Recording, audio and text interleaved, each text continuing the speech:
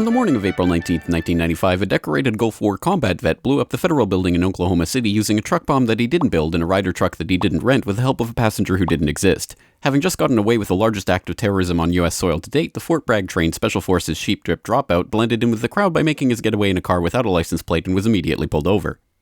The ATF was the supposed target of the attack, but luckily all of their agents were out of the office that morning. Later that day, the president boldly declared, "We will find the people who did this. And when we do, justice will be swift, certain, and severe." Except for John Doe number 2. John Doe number 2. John Doe number 2. Who, according to the FBI, never existed. In McVeigh's unprecedented 3.5-week trial, the prosecution didn't show the CCTV footage of him and John Doe number 2 parking the Ryder truck. Didn't explain why 24 separate witnesses mass hallucinated the existence of John Doe number 2. Didn't explain why the government was testing truck bombs and the Army was storing Ryder trucks at Camp Gruber right before the bombing, and didn't talk to the FBI informants who blew the whistle on the plot. But they did collaborate with the CIA, and they did convict McVeigh as the lone wolf bomber and Terry Nichols as his bomb-constructing accomplice. Still, a bunch of crazy conspiracy theorists, including 300 bombing victims, insist on talking about facts and evidence and refuse to simply believe what they've been told a million times by people in tailored suits with well-coiffed hair. They quote the U.S. Army Brigadier General and the FBI crime lab whistleblower and the inventor of the neutron bomb who point out the physical impossibility that the Ryder truck bomb did the damage to the building, but that doesn't matter because if there were other bombs in the building that day, we would have heard about them.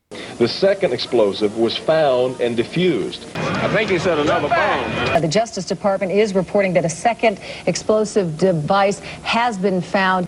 They then found a third device, which was also larger than the first. And I see another bomb truck going, so apparently they're going to try to get out that third bomb. The FBI claims to have lost the footage showing McVeigh and John Doe number 2 parking the truck in front of the Murrah building that morning, but that's understandable because the Bureau has a lot of important evidence to store. Terry Nichols insists the FBI was involved in the plot, but thankfully a judge has saved us the trouble of listening to him by preventing lawyers from deposing him. There was a bomb squad truck parked across the street 2 hours before the blast, but that just shows the authorities were prepared for anything. And other documents obtained by 2020 show that someone called the Executive Secretariat's office at the Justice Department in Washington and said the Murrah building had been bombed. But this was 24 minutes before the blast. But that just shows the public was unusually vigilant that morning. Also, apparently, before the bombing, Governor Frank Keating's brother, Mark, had been working on a novel about a terrorist bombing in Oklahoma City. Stranger still, one of the characters in the novel was named Thomas McVeigh. But that's probably just a coincidence.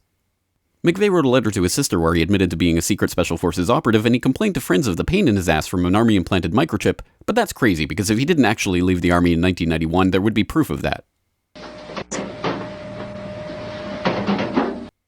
This man never existed, and if you say otherwise, you're a crazy government-hating nutjob who deserves to be locked in a cage for the rest of your life. Likewise, him, her, them, her, and him. And him and him. McVeigh was not executed on May 16, 2001 as scheduled because the FBI had failed to turn over thousands of pages of evidence to McVeigh's defense attorneys. But the execution went ahead on June 11th. In a highly unusual and secret agreement, no autopsy was performed. One witness said he was still breathing, and the prison officials admitted his hearse was a decoy. Then, the case was officially closed. This is the story of OKC as told to you by the same truth-tellers behind perhaps a profoundly lonely man who craved attention but found consolation in doing good. And the helicopter we were traveling in was forced down after being hit by an RPG. And we're with the rebels. And he said, "Oh, you're with the rebels?" And they started beating him. "Oh, you're with the rebels? Don't you support Bashar?"